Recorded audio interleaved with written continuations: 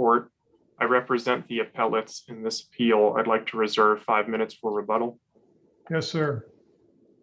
Your Honors, there's 4 issues that have been framed by the parties' briefs. One is a jurisdictional issue that was raised by the appellees in their answer brief. We replied to that jurisdictional issue in our reply brief.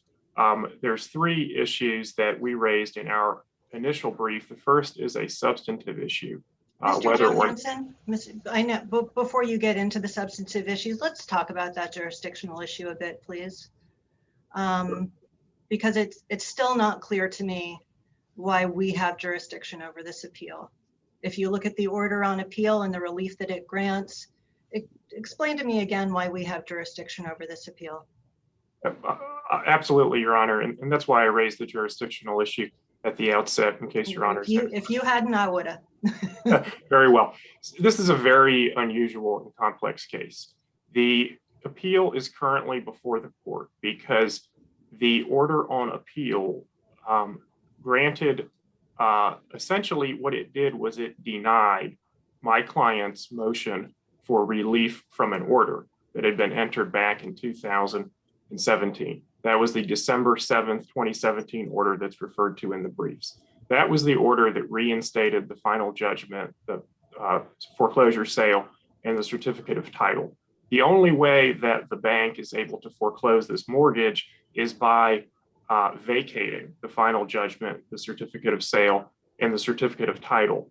The bank filed 5 motions before we were ever served with process in this case to do that, to vacate the foreclosure judgment, the sale, and the certificate of title. When we were finally served and we realized that the reason that the foreclosure judgment had been vacated was to allow the bank to do essentially a reforeclosure within this case outside of the statute of limitations, we moved to vacate the order that vacated the final judgment.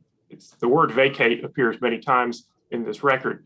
And Judge Kyle, who was the judge who presided over this case from, I think it was 2013 up through 2020, denied 4 motions for relief from the final judgment that were filed by Bank of America.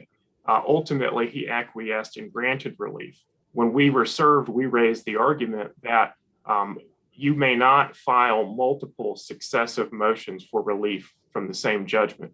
And that's what the bank had done. It filed multiple successive reliefs from the same judgment in violation of the law set forth in Perkins v. Salem. And we raised that issue. And because we raised that issue, Judge Kyle realized that, as he said, he'd been led down the primrose path and he was asked to enter an order he lacked jurisdiction to enter, namely the order setting aside the foreclosure judgment, the sale, and the certificate of title.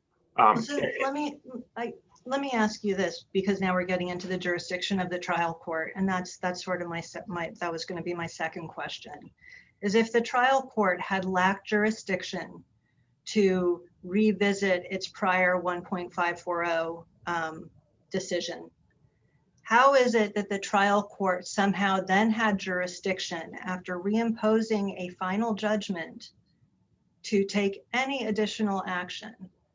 What I'm wondering is, why is it that the trial court's actions from certainly 2017 on with the reimposition of the final judgment, and arguably as of the 16th when it originally imposed the final judgment, how is it that everything since then isn't a nullity? The first thing that my clients did, Your Honor, after being served was file a counterclaim to quiet title.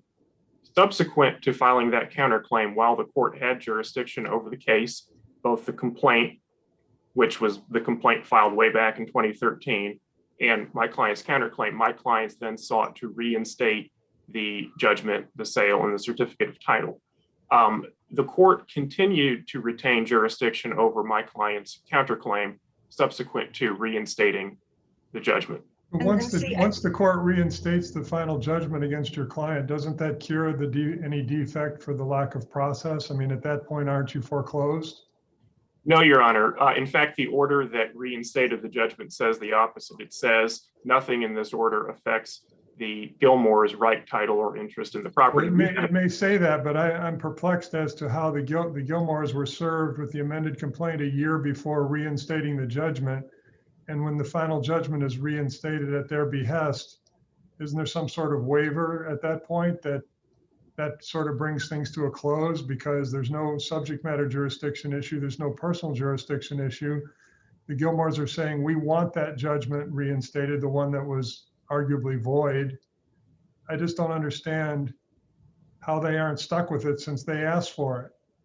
Well, respectfully, no, Your Honor. The Gilmores didn't ask to be foreclosed. They asked. No, I mean, I know they didn't ask to be foreclosed, but they asked to reinstate the judgment that had the effect of foreclosing them had they been served. In a sense, waiving the service objection. Your Honor, there's been no finding of ratification by either Judge Shenko or Judge They may Kyle. not have found it, but my question is, why not? Your Honor, the reason why the judgment was reinstated was because the judgment had been vacated for the sole purpose of allowing the bank to foreclose outside of the statute of limitations when it had no right to do so. The reason why the judgment was reinstated was not to foreclose the Gilmores' interest in the property. It was to allow the Gilmores to raise meritorious defenses that they would have been able to raise had they been served with the Rule 1.540B motions and been given an opportunity to defend those on the basis that those were a pretext to obtain re-foreclosure outside of the statute of limitations when a de novo action could not be filed and when there was no ability to seek relief from the judgment by the bank. The bank made the bed and asked us to sleep in it, Your Honor, to use an analogy. And we said, no.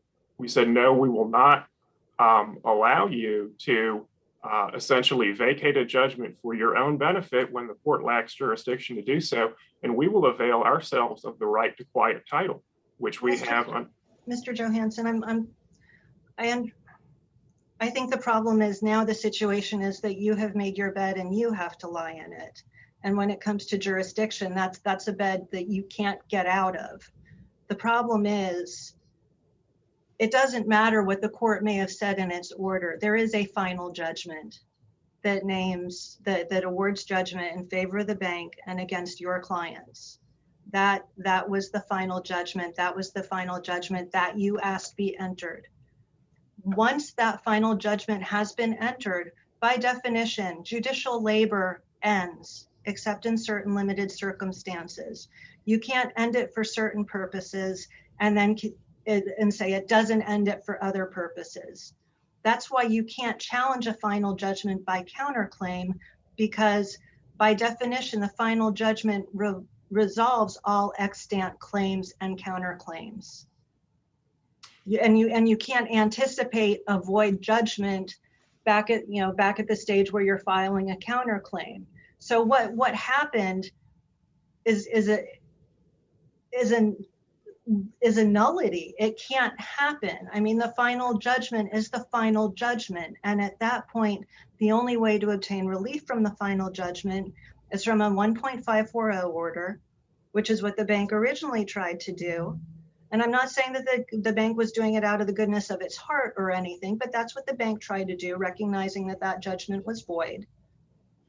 And even if the trial court had lacked jurisdiction to, after denying the motion, and then granting the motion, I think at that point, your remedy would have been to come in and say, look, we're not waiving any of our defenses, but you don't have jurisdiction to do this. We can't agree to jurisdiction that you don't have.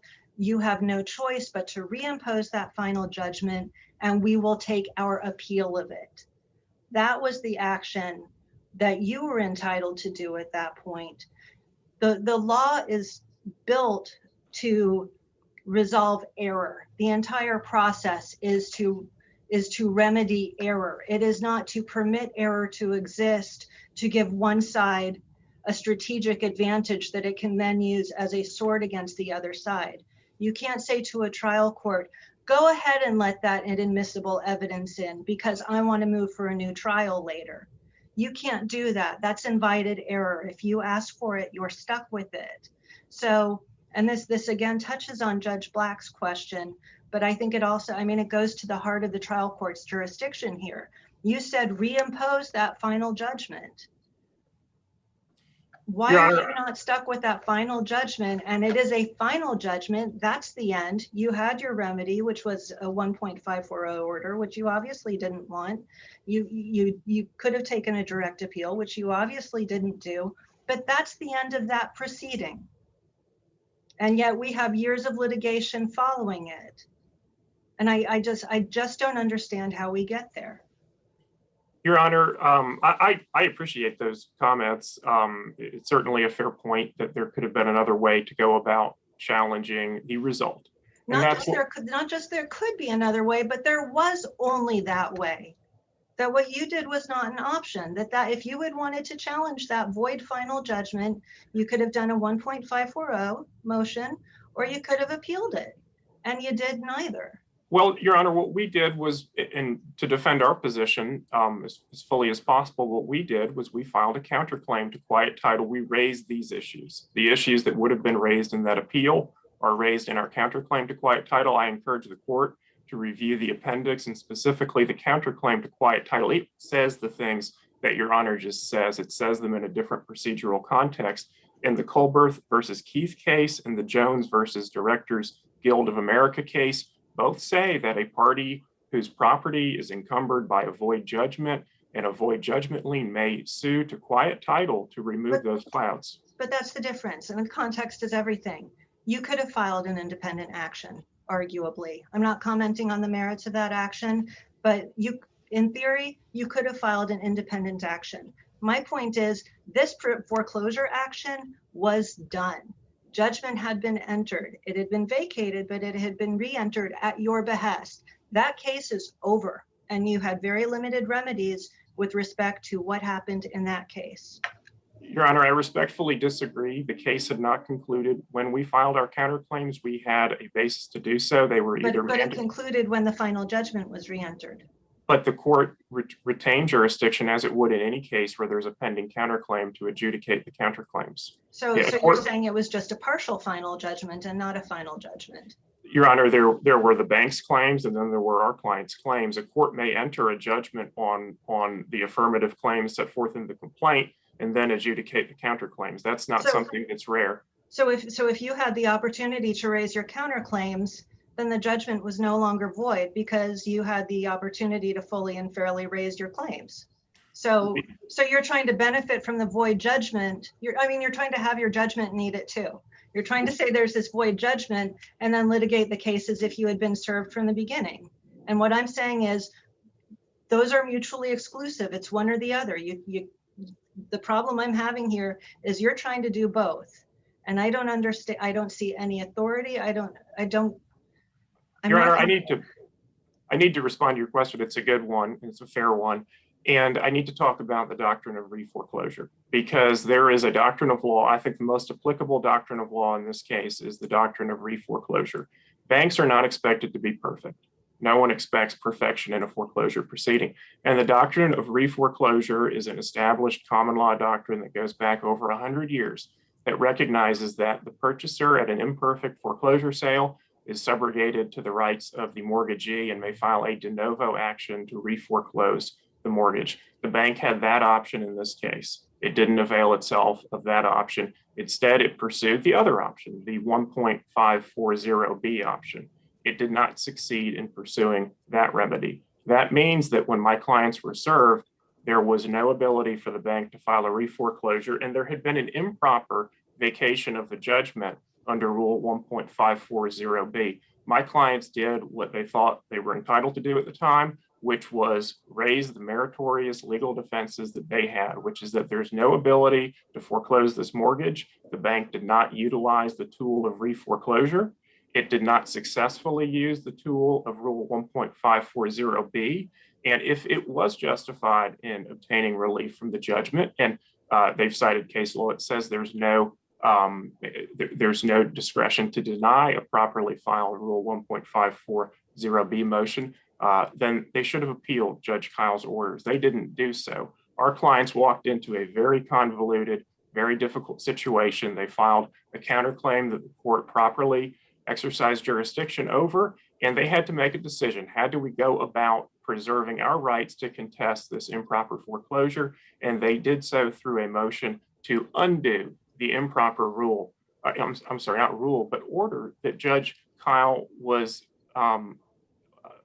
asked to enter by the bank after 4 unsuccessful, improper, successive motions for relief from the judgment. I understand there were other ways to go about defending this case, perhaps, Your Honor. There were certainly other ways the bank could have gone about prosecuting the case. Ultimately, the court has to make the decision of what's right now. What is the right ruling? And that ruling should be guided by the law and the facts. The law and the facts in this case demonstrate that, but for the bank obtaining relief from a judgment it was not entitled to obtain relief from, there would have been no ability to foreclose the mortgage. 2 wrongs don't make a right.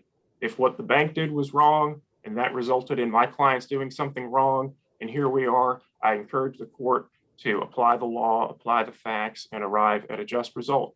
And Your Honor, the document— Johansen, you're cutting into your rebuttal time, so you may use it as you choose. Your Honors, I will just briefly outline the procedural issues during my rebuttal time. And if Your Honors have any more questions, please ask them, or else I'll defer the remainder of my time. There's 2 independent procedural bases on which this court could reverse Judge Shenko's order. The first is that Judge Kyle was not disqualified. He recused himself, and the successor judge ought not to have reconsidered a settled ruling of the predecessor judge, absent a clear error of law, which we don't believe there was, or absent a change in the law. This case had been very, very heavily litigated for 4 years. The changing of the rulings in such a substantial manner adversely impacted the administration of justice in this case. And then ultimately, the other issue, Your Honors, which I'll just briefly touch on, was that we believe it was error for Judge Shenko to take the affirmative step of granting a summary judgment for essentially the non-moving party in the context of a motion for reconsideration of a prior summary judgment order. We believe that violated our client's procedural due process rights and was an overly abrupt decision. Your Honors, I'll defer the remainder of my time. Thank you, Mr. Johansen. You'll have about 3 minutes and change when we resume. Ms. Walter, you're up. Thank you, Your Honor. May it please the court, counsel, my name is Mary Walter, and I represent the appellees, Bank of America, N.A., and Federal National Mortgage Association, which I'll call Fannie Mae. Your Honors, I think you hit the nail on the head here. This is a case where we have litigants who are attempting to use both a procedural issue as a sword and a shield here. And I think on the complicated record created by the Gilmores, Judge Shenko did the best he could and got it right in this case. And so I'd like to discuss a couple of those issues. I know there are 3 or 4 that Mr. Jacobson indicated, the jurisdictional issue. And then we think there are 2 after that. One, whether Judge Shenko would have been able to correctly rule on that motion for summary judgment. And then second, whether he had the authority. Although I do understand that we've raised some concerns about the jurisdiction below, and I'm happy to address those as well. So I do want to, I guess, maybe start with clarifying a few points of the facts. This is a foreclosure case against a borrower. During the pendency of the litigation, the borrower passed away and the property passed to her children. We know that the bank then amended its complaint to add the children as party defendants, but did not serve them before the entry of the final judgment. Therefore, the court did not have jurisdiction over them, and the final judgment and subsequent sale were void. That's where we kind of were in 2013, 2014. So the bank then files a motion to vacate that void judgment under 1.540A actually, but it does seek to vacate the judgment. The Gilmores have alleged that that was the first of 5 successive motions. And while there were repeated motions, we think that it is incorrect to call them successive motions, as that's understood in jurisprudence. The reason for that is that the motions were not heard on the merits. There was actually only one motion to vacate final judgment, certificate of sale, and certificate of title that was heard on the merits. And I think that's important, although none of the orders on the motions to vacate are before this court today. They weren't appealed, but since they have been raised in the context of this litigation, I did want to address that. I think the trial court in its order suggested that the third one that was filed actually was addressed on the merits. And so that would have been before the so-called 5th one. Sure, we understand that. I think number one on that, it's not clear from the record below or the record that we have here, and we have those documents in the appendix, that indicates it was heard on the merits. There's nothing in the minutes to suggest that, and nothing in the court's denial. But number two, and more importantly, the motion itself was to vacate sale due to an unresolved title issue.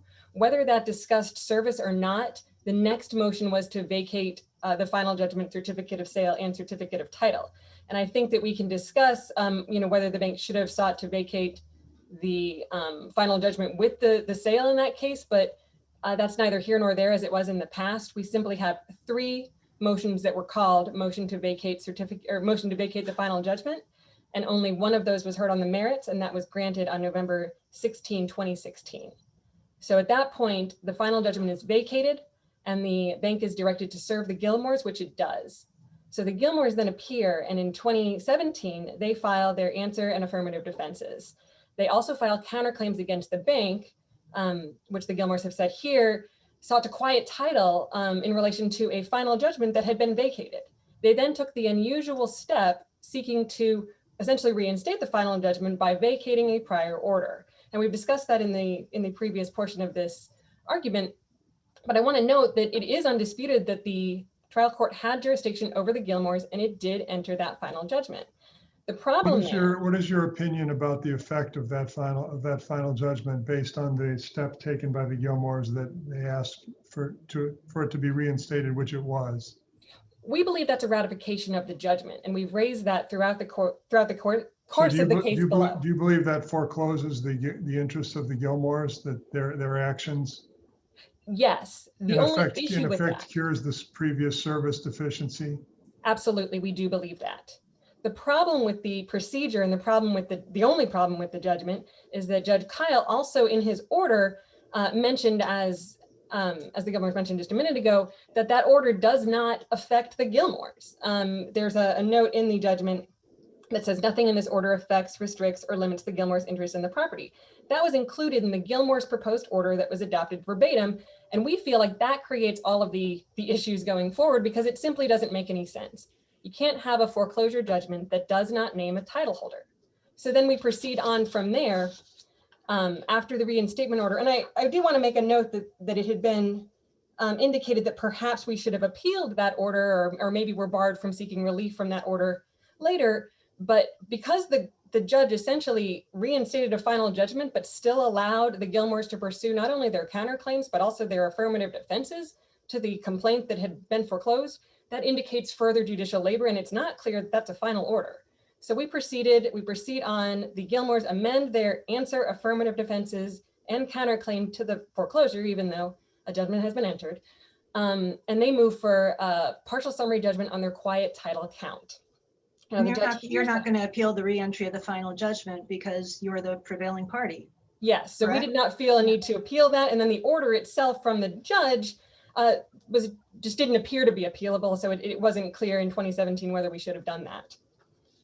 So following the entry of this judgment, we then proceed forward. The motion is heard. This order is entered that grants the Gilmores' motion for summary judgment on their quiet title count.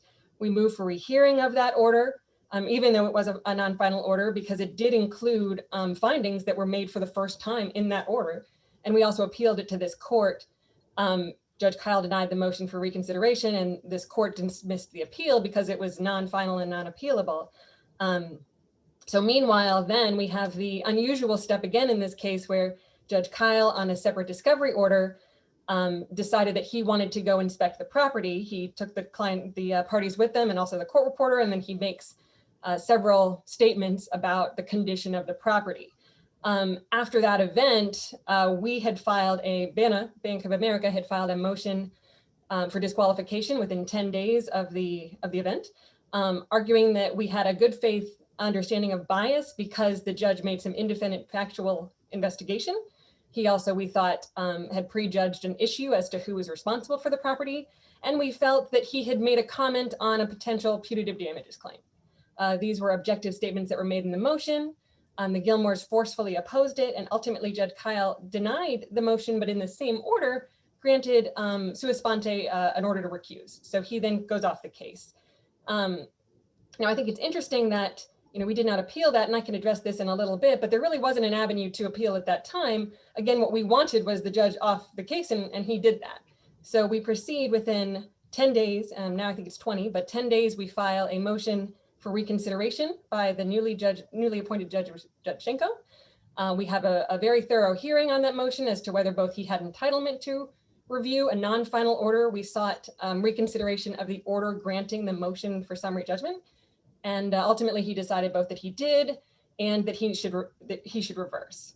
So that's where we come in here on appeal on this specific case. Now, we did raise a jurisdictional argument in our brief, and I think that's an interesting point. Technically, so this appeal is classified as a 9.130 A5 appeal. That statement says that an order on an authorized and timely motion for relief from judgment is appealable pursuant to the rule. This simply isn't that kind of an order. We think the underlying motion was not to reconsider a judgment. It was to reconsider a non-final order on summary judgment. And it was filed pursuant to 2.330 and not 1.540B, which provides relief from judgment. So we have that here. I will acknowledge that the order essentially provided relief from a prior entered judgment. And so perhaps because we have an authorized motion for rehearing, there is jurisdiction here. We're just not sure, but that is an issue that we believe this court would need to resolve in ultimately deciding the case.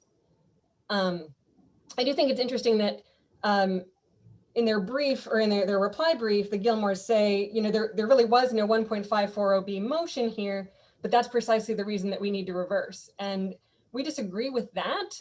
If this court had jurisdiction, the underlying order does a few things. Number one, it reverses what we believe to be an erroneous order granting a motion for summary judgment, and then it denies that motion. We think that that would be an independent base that this court can consider, independent of the fact that the reinstated final judgment was then vacated. So that kind of side issue of the fact that there may or may not have been a 1.540B motion commands reversal. We disagree with that. We don't think that's accurate. So those are our issues with the jurisdictional complaint there. And I think as to the substance of the argument, if there are no further questions on that, we think Judge Schenko got this one right, essentially. The question comes down to whether, number one, he had authority to even reconsider a prior interlocutory order, and number two, whether he actually was correct in his ruling. As to the authority, there is a rule 2.330H, which states a judge can reconsider a prior order from after a successor judge after a disqualified judge. Now, I will acknowledge that this rule mentions a disqualified judge, but courts have applied it to also apply to recused judges. And I think that's important. And perhaps the reason for that is that the Florida Supreme Court has said that recusal is a big deal, and a judge cannot recuse himself from a case if he can be fair and unbiased. So recusal does not have this unblemished taint like a disqualification order would. It kind of hits the same point. I'm sorry, so I have to echo there on my part. In addition, I think there's a practical reason. Circuit judges have the authority to recuse themselves at any time. There's no meaningful review because it's not a final order. If we were to file a petition for writ of prohibition, we would ask this court to find that the judge was acting in violation of the law by continuing to proceed, but he's not. And then this court would then have to look at his motives, which again, we think is a little bit invasive. So we think the better course, which is what courts have done in Aganovich, and also that Campos v. Campos case that we cite, is for the successor judge to have the authority to look at whether reconsideration is necessary, whether the judge was disqualified or recused himself. And so in Campos, for instance, the judge recuses himself on his own motion. The court does not, says that perhaps a motion for reconsideration would have been appropriate. It's not actually addressed.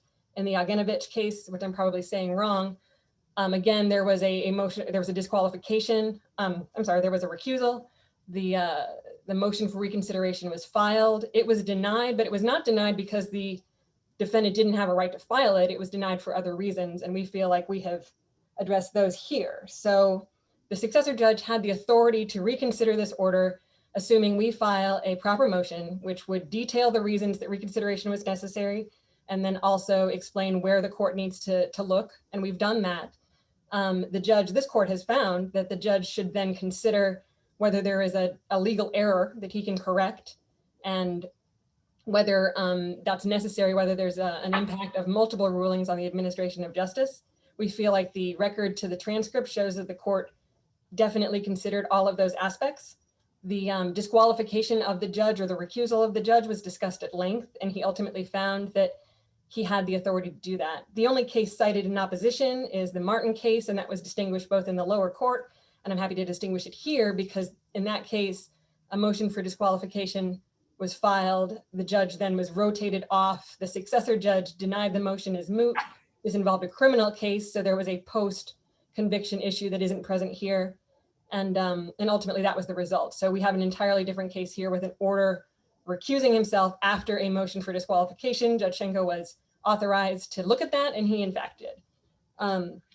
Turning then, unless there are further questions on that, to the merits. Let me ask you something. In Judge Shenko's order, he ends up vacating the final judgment. So he apparently, I don't know whether it was argued or he was not persuaded that what happened back in 2017 when the Gilmores moved to vacate the order and to reinstate the foreclosure judgment, Judge Shenko does not say that that judgment became valid and enforceable as to the Gilmores. He says that that's a void judgment and it needs to go away, and essentially reinstates the mortgage. So I'm still puzzled by all that, but maybe you could help me out with that.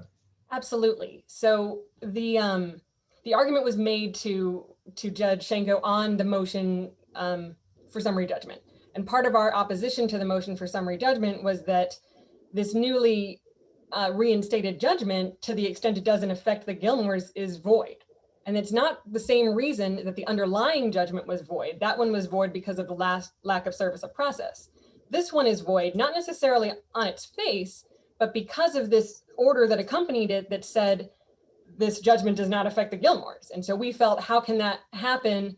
There must be a void issue here because you can't have a final judgment that does not affect the title holders. So that language in Judge Kyle's order is what led to the handling of the judgment by Judge Shenko, or at least it influenced the argument of the parties and influenced the judge, apparently.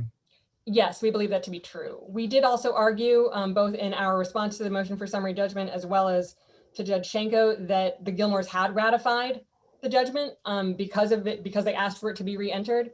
And Judge Shenko actually asked Bank of America's counsel below to submit two proposed orders, one finding that the final judgment was void and thus vacated, and the other finding that the Gilmores had ratified it. And ultimately, I guess he chose the one that found it void because of those arguments we had made about the order. I think it's interesting because, as we said earlier, I'm not entirely clear whether that 2017 order from Judge Kyle that reinstated the final judgment was a final order, because he clearly contemplated further labor in the fact that he allowed the Gilmores to pursue their counterclaims and their affirmative defenses. So if it's a non-final order, then Judge Shenko also has the authority to reconsider that. And except Judge Kyle can't grant himself jurisdiction that doesn't exist either. So he can't say, I'm entering a final judgment, but I'm continuing to let this case spin out. He can't do that either, no matter what he says in his order. If he enters the final judgment, then it's the final judgment. Yes. Are you referring to Judge Kyle in yes. Yes, in his 2017, agreed. We think that's the case, and we're just kind of put in an odd position by the progress of this case since then. I think that when that order was vacated, essentially the final judgment does go away, arguably, because if you don't have an order reinstating a judgment, then the judgment is not reinstated. And I think that's where we are now, which may not have been our preferred course of action, but ultimately we want to get this right, and we want to, adjudicate a foreclosure and do that. And if that's the way it needs to be, then that's the way that we proceed. I do think that Judge Shenko was correct on his determination for the order granting the motion for summary judgment. As we discussed earlier, the collateral, essentially Judge Kyle allowed a collateral attack of a final judgment by way of a counterclaim, and we find that to be entirely untenable. We think Judge Shenko was right when he determined that was an untenable course of action. As you've mentioned, for void judgments, the only appropriate procedure is to file a motion to vacate pursuant to 1.540B. We did that, but and so here I think that there's no authority to pursue a counterclaim. The case law that the Gilmore cite in opposition is Culberth and Jones, but again, both those cases are distinguishable because as you mentioned, Judge, they involve separate cases. So there's a separate lawsuit alleging a quiet title claim against a judgment lien. And here you don't have a judgment lien. You have a void foreclosure judgment that should have been vacated. You have a mortgage that could not merge into the void judgment because it doesn't have any force and effect. And you have a certificate of title that goes away once if the void judgment is vacated. So there's just no right for that collateral attack here. As to the reasons for the summary judgment, there's been a couple of issues. One is that we could not pursue relief from judgment, and I think that that's inaccurate, both as we've discussed earlier, because there were not 5 successive motions. At best, there was one prior entry that was on the merits, and that was in an entirely separate motion to vacate the sale. But isn't that a problem too? I mean, is there some sort of, there's got to be finality at some point. So don't you sort of have to, if you've got multiple grounds why the judgment's void or multiple grounds why you would want to vacate it, you can't just keep I mean, even though they're not successive in the normal sense of the word, isn't that still a problem?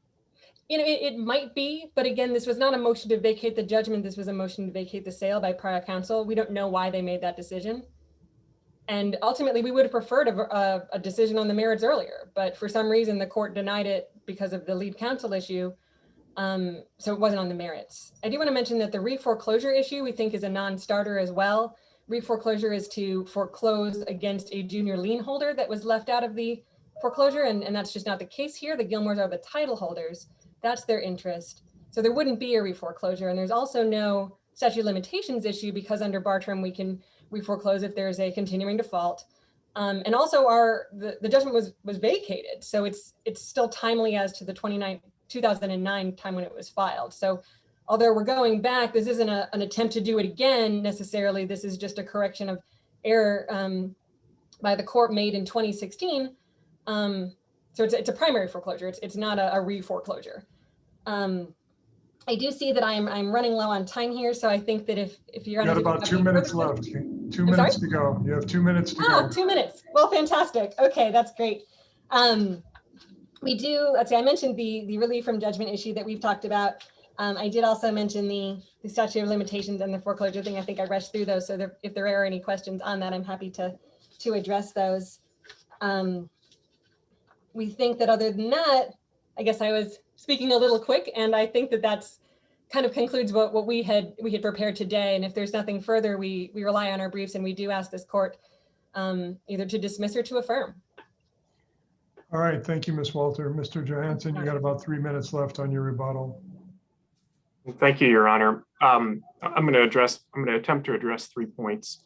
First, there's been a question raised whether the December 7th, 2017 order was appealable. That was an order entered on our client's Rule 1.540B motion. That order is immediately appealable under Rule of Appellate Procedure 9.130A5, which ironically is the reason we're here today.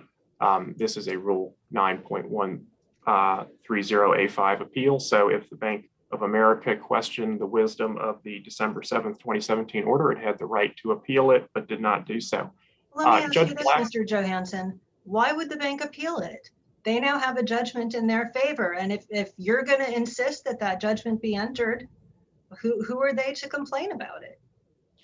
Your Honor, they were trying to do the right thing by vacating it in the first place. Whether they had pure motivation, whether they had pure motivations or not, procedurally, it was the right thing to do. And you stopped them from doing that. And so they now have a judgment in their favor that you have insisted be entered. So why in the world would they have appealed it? Your Honor, for the same reason that they subsequently convinced Judge Schenko to vacate it.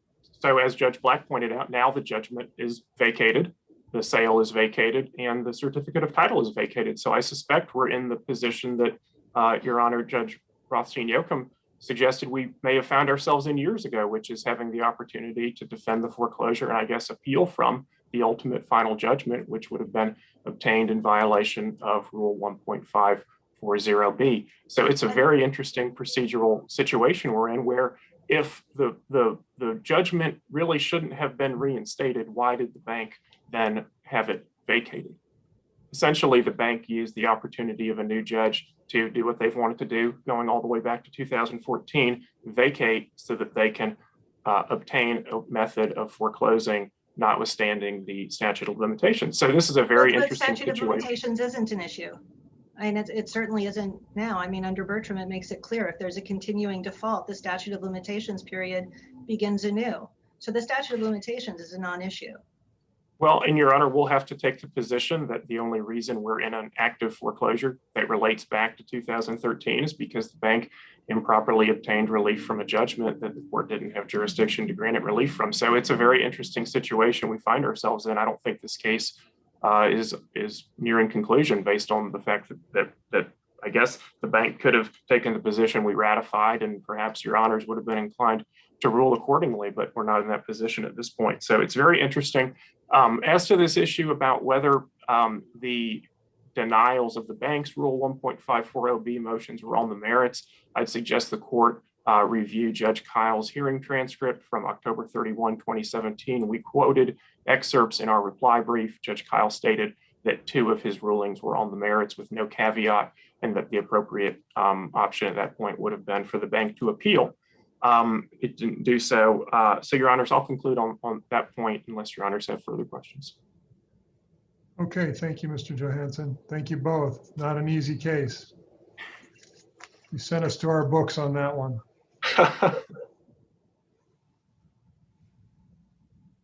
Last case of the day will be Mazas versus Lewis Hotels.